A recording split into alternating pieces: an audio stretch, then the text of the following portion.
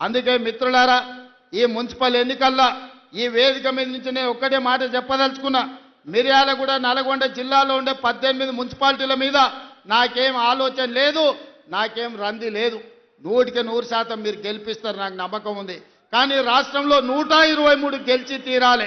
ప్రజలకు ఈరోజు సంక్షేమం అందాలి అంటే, తెలంగాణ రాష్ట్రం అభివృద్ధి జరగాలి అని అంటే ఈ 2 ఏళ్లలో తెలంగాణ మున్సిపాలిటీలలో 17,472 కోట్ల రూపాయలు మనం ఖర్చు పెట్టినాం.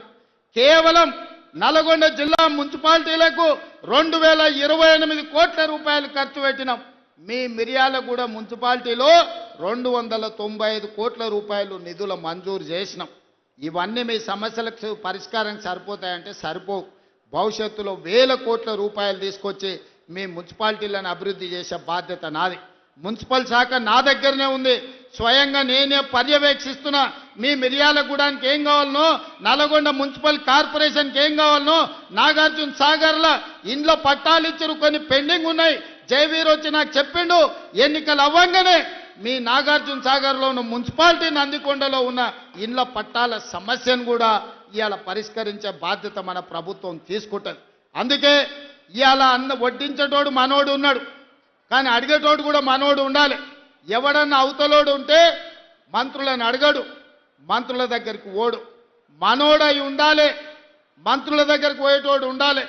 వెనకటికి పెద్దోళ్ళు చెప్పారు, మట్టి పనికి పోయినా ఇంటోడే పోవాలని. మరి ఇవాళ మీ మున్సిపాలిటీలు గెలవాలంటే కౌన్సిలర్లు, కార్పొరేటర్లు మనోళ్ళు ఉండాలి. అందుకే ఆలోచన చేయండి. 2 ఏళ్లే పూర్తి అయింది, ఇంకా 8 ఏళ్ళు మనమే అధికారంలో ఉంటాం.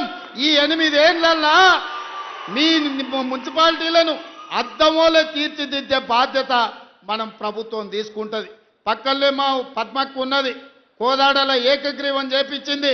పద్మక్కను మనస్ఫూర్తిగా నేను అభినందిస్తున్నా. ఇవాళ మున్సిపాలిటీలలో మన ఎన్నికల్లో మనం గెలవాలి. మనం ఈ గెలిస్తే పేదవాడు గెలిచినట్టు. ఈ ఎన్నికల్లో గెలవడం ద్వారా మీ బస్తీలు అభివృద్ధి జరుగుతాయి, మీ కాలనీలు అభివృద్ధి జరుగుతాయి. అభివృద్ధి జరగాలంటే అధికార పార్టీ గెలవాలి. అప్పుడే మీకు నిధులు వరదై పారుతాయి, మీ ప్రాంతాన్ని అభివృద్ధి చేసుకునే అవకాశం ఉంటుంది.